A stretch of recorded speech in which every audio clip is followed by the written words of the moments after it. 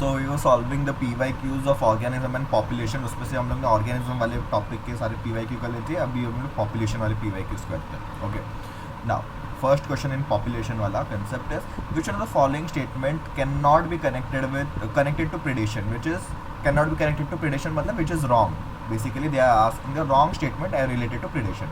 It might lead to extinction of a species. Yes it is true. मतलब अगर predator, देखो दो चीज़ रहती है प्रीडेशन में, predator and the prey. If the predator is ज़्यादा है और प्रे कम है और ये ज़्यादा खाने लगेंगे तो prey species would go to extinction and after that the predator species will go to extinction because उनके लिए कुछ खाना ही नहीं है प्रीडेटर के लिए. ओके, तो it might lead to extinction. Yes it is related with, इन लोग ने क्या बोला, which is not connected to predator. तो ये कनेक्टेड है. Both the interacting species are negatively impacted. Not both are negatively impacted क्योंकि प्रीडेटर को तो फायदा हो रहा है, प्रे को नुकसान हो रहा है. तो it is plus minus. Okay, और तो option number B would be the correct answer over here. Okay, option number B would be, मतलब ये कनेक्टेड नहीं है टू प्रेडेशन. और ये कहाँ पाया जाएगा, both the species are negatively impacted. Both the species are negatively impacted मतलब minus and minus. This type of interaction is seen in competition. Okay, this type of interaction is seen in competition. तो ये भी आप याद रख सकते हो. Next is C वाला option. It is necessity by the nature to maintain the ecological balance. Yes it is maintaining species diversity at a community. ये सब भी ठीक है. ओके, तो option number B would be the answer. Now, next question is, while explaining the interspecific interaction of a population, plus sign is assigned for beneficial, negative for detrimental interaction, 0 for neutral. Okay. Now, the following interaction can be assigned plus for one species and negative for one species is. देखो इधर से इधर तो आपको पढ़ने की ज़रूरत ही नहीं थी क्योंकि ये नहीं बताते तो भी हमें चलता क्योंकि हमें तो ये पढ़ के ही जाना है. फिर भी इन लोगों ने दिया है तो इट्स गुड. जिसको नहीं पता है वो भी उससे फाइंड आउट कर सकता है. इन लोगों ने पूछा है प्लस और माइनस वाला ऐसा कौन सा इंटरेक्शन है which includes one species 1 as plus and species 2 as negative. तो ऐसा किस में पाया जाएगा, देखो एमेंसलिज्म में 0 नेगेटिव और 0 रहेगा. कॉम्पिटिशन में अभी मैंने बोला नेगेटिव नेगेटिव रहेगा. प्रीडेशन में मैंने बोला प्लस नेगेटिव रहेगा. कमेंसलिज्म में आपका क्या रहेगा, इसमें it would B plus and 0. तो आपको क्या पूछा है, एक प्लस और एक माइनस का. तो option number D would be the correct answer. Okay, now moving on. If 8 Drosophila in a laboratory population, if 8 Drosophila of 80, okay, if 8 Drosophila of the population of 80 died during a week, then the death rate in the population given per individual per Drosophila per week would be. देखो ये हमें दिया है NCERT में, कैसे निकालना है हमें. 8 Drosophilas died upon initial कितने थे, तो कितना आ जाएगा हमारे पास 0.1. तो 0.1 individuals of 0.1 Drosophila per week ऐसा आ जाएगा. अगर यूनिट दिया रहता तो वैसे पूछ लीजिए. तो ऑप्शन नंबर कौन सा हो जाएगा इसमें, D would be again the correct answer 0.1. Okay, this is a death rate. Birth rate रहता तो कितना बर्थ हुआ और इनिशियल पॉपुलेशन. फॉर्मूला दिया है एनसीईआरटी में, मतलब फॉर्मूला ऐसा कुछ नहीं दिया बट उन लोगों ने लोटस का एग्जांपल देके आई थिंक सो एक्सप्लेन किया है एनसीईआरटी में. In spite of interspecific competition in nature,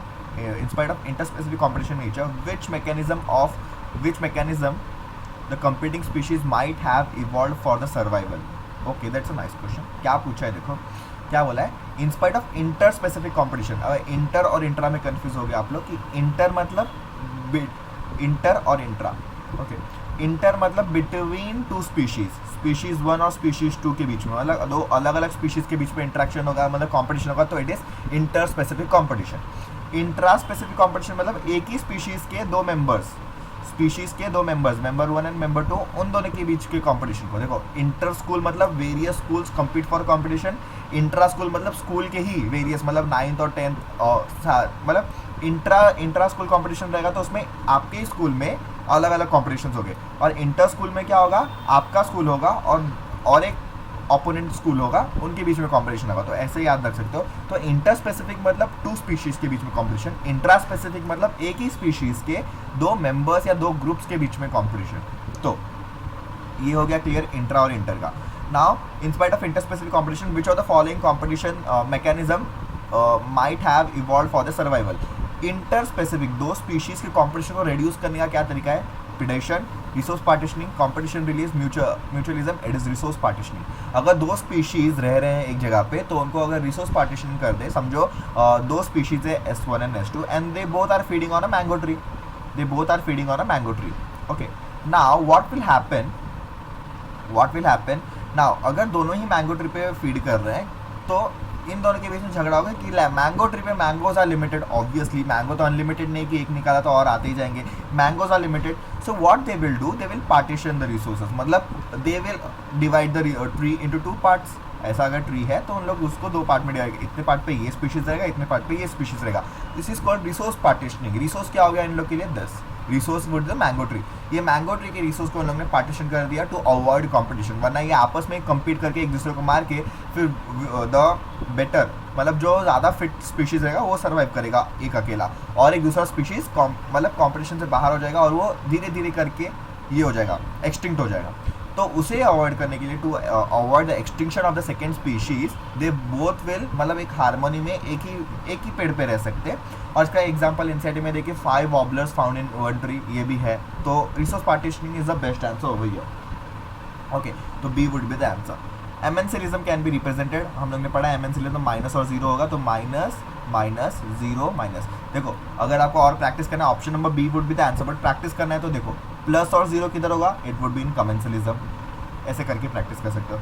plus plus किधर होगा, mutualism. Mutualism symbiotic relationship. Negative negative competition. ऐसे करके आप एग्जांपल्स कर सकते हो ताकि आपको प्रैक्टिस हो जाए. Okay, next is the impact of immigration on the population density is. Okay, immigration का मतलब क्या होगा, देखो दो ही टर्म रहता है जिसके बीच में आप कंफ्यूज हो गए, और ऐसे टर्म्स आपको बहुत मिलेंगे, इमिग्रेशन और एमिग्रेशन. इमिग्रेशन आई, इमिग्रेशन मतलब कोई आ रहा है, मतलब आपके घर में कोई आ रहा है या तो आपके देश में कोई आ रहा है, इमिग्रेंट. एमिग्रेंट मतलब वो चला गया आपके देश से या आपके घर से. तो इमिग्रेंट मतलब आ रहा है, समझो 40 लोग आप रह रहे थे एक कंट्री में, उसमें से और 4 लोग आ गए, 4 फॉरेनर्स आ गए इसमें. तो इसमें क्या हो गया, तो total population after immigration would be 44. तो क्या हुआ एक्चुअली 40 में प्लस 4 ऐड हुआ ना, तो what is the impact, it is a positive impact. Okay, so it is a positive impact. The option number A would be the correct answer over here. Now secondary metabolites such as nicotine, styrosine and caffeine are produced in plants for their defense action. पर हम लोग ने in defence action से जो by product मिल रहा है, मतलब defence action मतलब डिफेंस के लिए, मतलब अगर प्लांट डिफेंस के लिए प्रोड्यूस करे तो एनिमल्स को उनके पास जाना नहीं चाहिए. बट हम लोग निकोटीन कैफीन उन लोग से, उनके सेकेंडरी मेटाबोलाइट्स को भी यूज़ करके हम लोग निकोटीन से हम लोग वी नो टोबैको एंड ये सब बनता है, कैफीन से कॉफ़ी, ये सब प्रोडक्ट भी हम लोग यूज़ कर लेते हैं फ्रॉम द सेकेंडरी मेटाबोलाइट्स. तो हम लोग ने एकदम वर्स्ट केस सिनेरियो से भी बेस्ट प्रोडक्ट निकाल दिया, जो कैफीन निकोटीन ये सब द फर्स्ट मतलब इनकम सोर्स है अपना कंट्री का. तो ऑप्शन नंबर 41 का B would be the answer. Okay, moving on to the next question. Which of the following is not an attribute of a population? Not an attribute of population. देखो of population जैसे ही start होता है topic NCERT में दिया है कि which is an attribute of an individual, और कौन सा attribute है population का. उसमें से natality, mortality, sex ratio और species interaction. Okay, natality, mortality, species interaction and sex ratio. Which of the following is not an आपका attribute of population? Species interaction is not there. देखो हमारा रहता है birth, इंडिविजुअल का होता है birth, जैसे कि सिंगल इंडिविजुअल का होता है बर्थ. तो पॉपुलेशन के पास क्या रहता है, बर्थ रेट, उसको ही हम लोग बोलते हैं नेटालिटी. ओके, हमारा होगा डेथ, तो उनका पॉपुलेशन का क्या है, डेथ रेट. ओके, तो उसको ही हम लोग बोलते हैं mortality. What is the mortality rate, mortality आ जाता है उसमें. ओके, हमारा होता है सेक्स, या तो मेल फीमेल ट्रांस कुछ भी एक सेक्स रहेगा, पर इसका सेक्स रेशियो रहता है कि मतलब how many males to how many females. जैसे कि 1000 मेल्स के लिए 900 फीमेल्स, ऐसा रहता है sex ratio. Okay, this is the sex ratio. तो 10:9 would be sex ratio of this. ऐसा रेशियो रहता है सेक्स रेशियो. तो option number C is not related to, not an attribute of population. Okay, the process of growth is maximum during, the process of growth is maximum lag phase, dormancy, senescence, log phase. Log phase, lag phase देखो आप, lag phase lag कर रहा है population, मतलब the growth is lagging. Dormancy phase होता ही नहीं है, senescence phase नहीं होगा. लॉग फेज, लॉग मतलब क्या, एक्सपोनेंशियल टर्म आ जाते हैं उसमें. लॉग देखो, लॉग का एंटी लॉग लोगे तो सामने एक्सपोनेंशियल आ जाएगा. तो लॉग के केस में ही एक्सपोनेंशियल ग्रोथ या मैक्सिमम ग्रोथ होगा. तो option number D would be the answer. Okay, moving on to the next question. between which among the following the relationship is not an example of commensalism? Not an example of commensalism. Female wasp and fixed species. Female wasp और fix species में commensalism है क्या? Commensalism का sign क्या है? Plus और zero. क्या इनके बीच में प्लस जीरो है? नहीं, दोनों को फायदा होता है, female wasp lays the eggs और इसका पॉलिनेशन होगा, तो दोनों को ही फायदा है इसमें, तो plus plus it is not an example of commensalism. बाकी सब होगा orchid tree, orchid and a tree on which it grows, cattle orchid and grazing cattle, फिर sea animal and clown fish, ये तीनों ही प्लस माइनस का case है, plus और जीरो, प्लस माइनस में प्लस जीरो का केस है, but this first example is plus plus का केस, दिस है म्यूचुअलिज्म। ओके, हाँ, next is carnivorous animals, lions and leopards occupy the same niche, but lion predate mostly largest animal and the leopards take the smaller ones. This mechanism is known as resource partitioning. क्या बोला है इन लोगों ने, देखो कि lion और tiger, lion और leopard, दो एग्जांपल्स लेना, लायन एंड लेपर्ड। इन लोगों ने क्या बोला, लायन और लेपर्ड दोनों ही आपके एपेक्स में पाए जाएंगे, टर्शरी कंज्यूमर ट्रॉपिक लेवल 3 में पाया जाएगा, एपेक्स में पाया जाएगा, बट लायन टेक्स द, क्या बोला इन लोगों ने,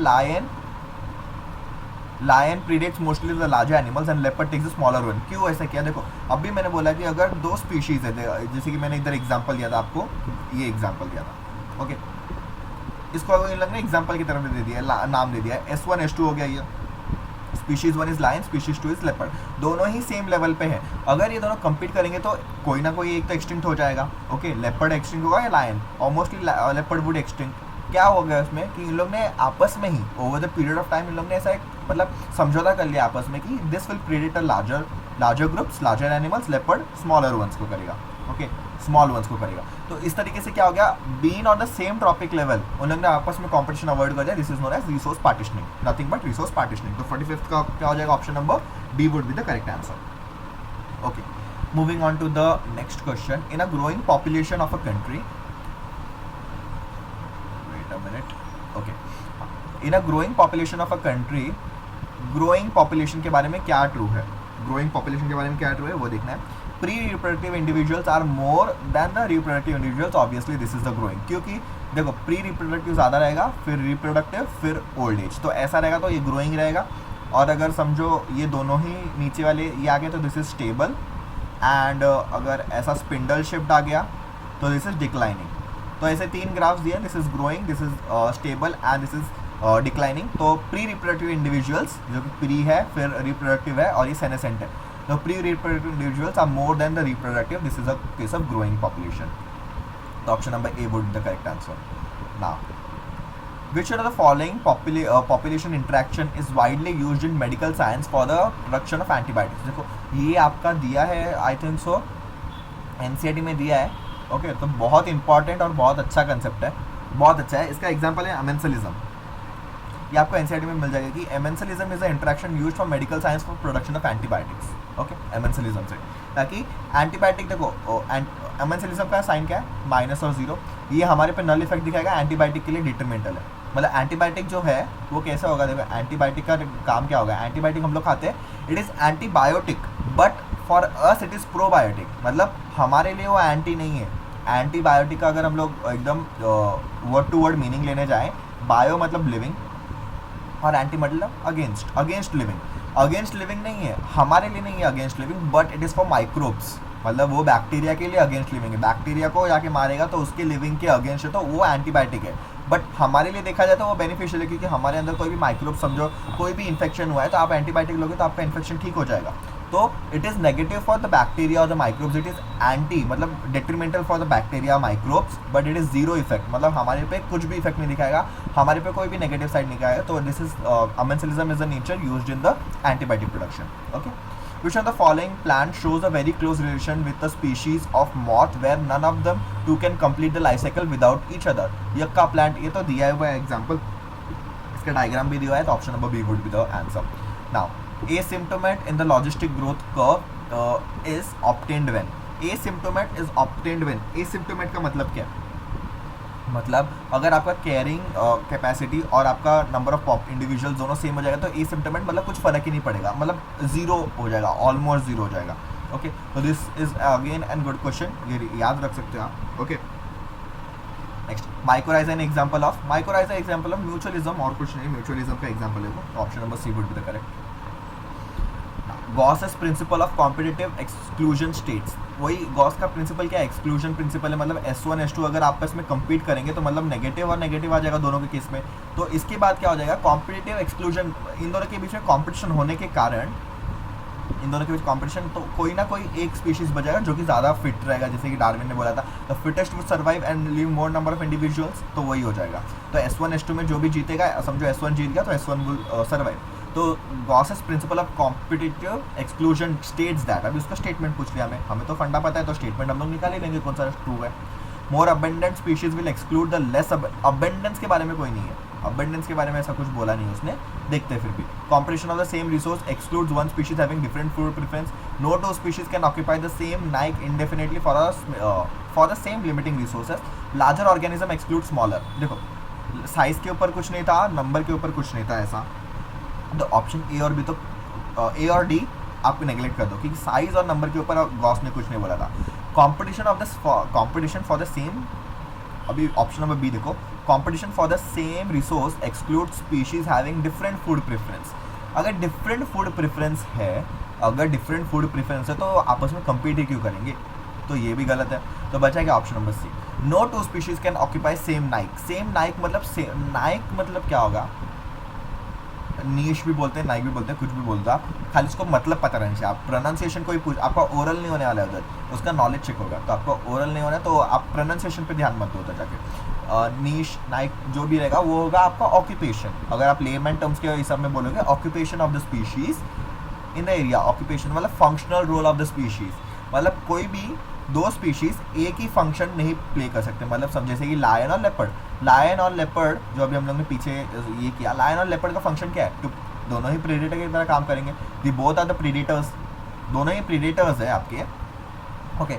दोनों ही सेम लेवल पे ऑक्यूपाई, मतलब सेम लेवल पे ज़्यादा टाइम तक नहीं रुक सकते। No two species can occupy same niche indefinitely for a limited resource. Limited resource मतलब प्रे तो लिमिटेड ही है ना, दोनों का प्रे एक ही है, मतलब ऑलमोस्ट लिमिटेड प्रे है, दोनों ही एक जगह पे नहीं हो सकते। तो उन लोगों ने क्या किया, रिसोर्स पार्टीशनिंग, ये गॉस का प्रिंसिपल था, बट रिसोर्स पार्टीशनिंग करने की वजह से दोनों आपस में सेम नाइक मतलब सेम ऑक्यूपेशन कर सकते हैं, मतलब दोनों ही प्रिडेशन कर सकते हैं, क्योंकि उन लोग ने आपस में समझौता कर लिया और रिसोर्स पार्टीशनिंग किया। ओके, रिसोर्स पार्टीशनिंग करने से दोनों ही आपस में रुके हैं। नहीं तो गॉस क्या बोला था कि अगर लायन और लेपर्ड के बीच में कॉम्पिटिशन होगा, कोई ना कोई तो एक इवेंचुअली एक्सटिंक्ट हो जाएगा और कोई ना कोई एक बच जाएगा, बट ये आगे जाके गलत साबित हो गया, तभी जाके हमें पता चला अच्छा बाकी सब स्पीशीज़ भी कैसे रह रहे हैं, बाय रिसोर्स पार्टीशनिंग उन लोग सर्वाइव करें, दो species at a same Naik. समझा थोड़ा बहुत क्या हो रहा है इसमें। लायन और लेपर्ड, वापस मैं थोड़ा बताता हूँ, लायन और leopard are on the same niche. Same niche मतलब सेम ऑक्यूपेशन, नाइक मतलब ऑक्यूपेशन, मतलब सेम ऑक्यूपेशन। ऑक्यूपेशन क्या है इन लोग का, प्रीडेटर, सॉरी ऑक्यूपेशन क्या है इन लोग का, प्रीडेटर, प्रीडेशन करना ये ऑक्यूपेशन हो गया, दोनों का सेम ही ऑक्यूपेशन है। तो गॉस ने क्या बोला कि दोनों अगर सेम काम करें तो ज़्यादा देर टिक नहीं पाएंगे एक साथ, कोई ना कोई एक एक्सक्लूड हो जाएगा, कोई ना कोई एक बच जाएगा। बट बाद में हमें जाके पता चला कि ऐसा नहीं होता है, सारे स्पीशीज़ ऐसे नहीं होते कि जिनका सेम नाइक रहेगा, ऐसे सारे स्पीशीज़ नहीं देगी कि एक एक्सक्लूड हो जाएगा एक बच जाएगा, ऐसा सब जगह नहीं होता है। कोई जगह है रिसोर्स पार्टीशनिंग होने के कारण दोनों ही अपना काम कर सकते हैं। जैसे हम लोग ने पीछे वाले क्वेश्चन में देखा कि लायन बड़े टारगेट्स को लेता है, लेपर्ड छोटे टारगेट्स को लेता है, इस तरीके से उन लोग ने अपना प्रे डिवाइड कर लिया। ओके, कोई अभी लायन जाके छोटा टारगेट नहीं करेगा और बड़ा लेपर्ड जाके बड़ा टारगेट नहीं करेगा, ये अपने अपने टारगेट पे फिक्स्ड है। इस वजह से इन लोग ने क्या किया, रिसोर्स पार्टीशनिंग के कारण अपना एक्सक्लूजन बचा लिया। ओके, तो ये तो गॉस का प्रिंसिपल का, गॉस प्रिंसिपल आगे जाके गलत साबित हो गया था ना, मतलब एनसीईआरटी में भी दिया है ये सब। Okay, moving on to the next question is, next question क्या बोल रहा है, when does the growth rate of population following the logistic model equal to zero. देखो इक्वल टू जीरो मतलब एसिम्प्टोमेट, जो अभी हम लोग ने किया, इक्वल टू जीरो मतलब एक सिम्प्टोमेट, तो n/k होना चाहिए। एसिम्प्टोमेट के लिए केस क्या है, n/k। तो अगर n/k होगा तो n/k क्या आ जाना चाहिए 1। यही ये चीज़ ना देखे इन लोग ने ये दे दिया, तो वही तो हो गया ना, 1 इन द सेम थिंग। यही हो गया कि आप इसको ये लिख दो या तो ये लिख दो, वही हो जाएगा। तो when n/k is exactly 1। Okay, अगर n/k भी दिया रहता तो वो भी आंसर हो जाता था। Which of the following is correct for R selected species. R selected species के बारे में क्या करेक्ट है, देखो अभी ये थोड़ा एनसीईआरटी के बाहर का लग रहा है मुझे, फिर भी वी विल ट्राई। ऑप्शंस पढ़ते सबसे पहले, small number of progeny with large small size, small number of progeny with large size, large number of progeny with small size, large number of progeny with large size. Small number of progeny with small size नहीं होगा, large number of progeny with large size, ये दोनों तो possible ही नहीं है, ये तो होता ही नहीं है ऐसा किधर भी। Small number of small size progeny, large number of large size progeny, okay, ये दोनों होते ही नहीं है। अभी होता क्या है, small number of large size progeny, small number but large size, जैसे कि ह्यूमंस, अगर हम लोग ह्यूमंस की बात करें, हमारे में कितने होते हैं बच्चे, कितने होते हैं, एक या दो से तीन max to max. Small number है 2-3, बहुत स्मॉल नंबर है। लार्ज साइज है, मतलब जब प्रोजेनी बहुत बड़ा होगा, large number of small size progeny. अभी इसका एग्जांपल ले लो, कॉकरोच। कॉकरोच का कितना एग्जांपल होता है, कॉकरोच तो अभी एनसीईआरटी में था बट अभी नहीं है इस साल के लिए, तो फिलहाल वो तो छोड़ दो। बट कॉकरोच का हमें पता है कि अगर वो एक एग देगा तो उसमें 14 to 16 एग्स रहते हैं, तो इट इज़ स्मॉल नंबर, इतने छोटे छोटे कॉकरोच निकलेंगे उसमें से, छोटे छोटे cockroach. Small number, sorry large number, 14 to 16 is a large number, okay, 14 to 16 is a large number but small size, एकदम स्मॉल साइज प्रोजेक्ट, तो ये दो होता है। But what is true for, correct for R selected species, इसमें से correct क्या है for R selected species. R selected species का मतलब क्या है, R selected species have the maximum rate of मतलब मैक्सिमम रेट ऑफ पॉपुलेशन, बहुत ज़्यादा पॉपुलेशन क्रिएट करते हैं आर सिलेक्टेड स्पीशीज। तो इनमें से ज़्यादा पॉपुलेशन कौन क्रिएट करे, पॉपुलेशन क्या होता है, नंबर, तो large number small size would be the answer, okay. तो r selected species have the maximum rate of population and hence relatively low probability of survival till adulthood. Obviously जैसे कि देखो ये कॉकरोच 14 to 16 एग्स दे रहा है, इसमें से हाल मतलब आगे तक एडल्टहुड तक 5-6 बचेंगे, तो ये तो मैंने बोला कि low probability of survival till adulthood. But R selected species का सबसे मेन की फीचर क्या है, मैक्सिमम रिप्रोड्यूसिबिलिटी, मतलब ज़्यादा नंबर किधर प्रोड्यूस हो रहा है, large number of small size species, okay. Now if plus sign is assigned to beneficial, negative, ये सब तो हमें पता है, हमें पूछा है कि प्लस माइनस कौन रहेगा। अब भी हम लोग ने किया प्लस माइनस किसके लिए होगा, commensalism +0, mutualism ++, amensalism -0, parasitism is also plus minus, तो option number B would be this. तो प्लस माइनस और किसके लिए यूज होता है, प्रिडेशन, एक का फायदा दूसरे का नुकसान, predation, parasitism, this are plus minus science, okay. In which of the following interaction both partners are adversely affected, both partners are adversely, मतलब नेगेटिव किस केस में आएगा, कंपटीशन के केस में। इसमें देखो प्रिडेशन माइनस प्लस मतलब प्लस माइनस प्लस प्लस, और इसमें माइनस माइनस, तो वो दोनों नेगेटिव अफेक्टेड होगा इन कमेंसलिज्म, ओके। तो नेक्स्ट देखते हैं इसमें, the following graph depicts a change in two population A and B of herbivores in grassy field. A possible reason for the change is that, a possible reason for this changes क्या हो रहा है, number of, ये क्या दिया, number of organisms दिया है और इस साइड कुछ भी नहीं दिया है। अचानक से number of organisms of A decrease हो रहा है और बी इंक्रीज हो रहा है। देखते हैं क्या बोल रहे हैं ऑप्शंस में। Population B competed more successfully for food than A, हो सकता है population A produced more offsprings than B, अगर ज़्यादा ऑफस्प्रिंग प्रोड्यूस करता तो उसका नंबर डिक्लाइन की होता था, तो ये तो गलत है। Population A consume the members of population B, population A ने अगर बी को कंज्यूम कर लिया रहता तो बी का नंबर कम होना चाहिए, तो ये भी नहीं होगा। Both plant population is habitat decrease, नहीं, तो ऑप्शन नंबर ए ही सबसे सूटेबल लग रहा है मुझे इस केस में, ओके। तो 50 कौन सा नंबर है इसका, 56 का most probably first answer would be the correct, कि ऑप्शन बी कंपीट करके ज़्यादा हो गया ए से, ओके। तो यहाँ तक अभी सॉल्व करते हैं, उसके बाद हम लोग देखेंगे नेक्स्ट सेशन में।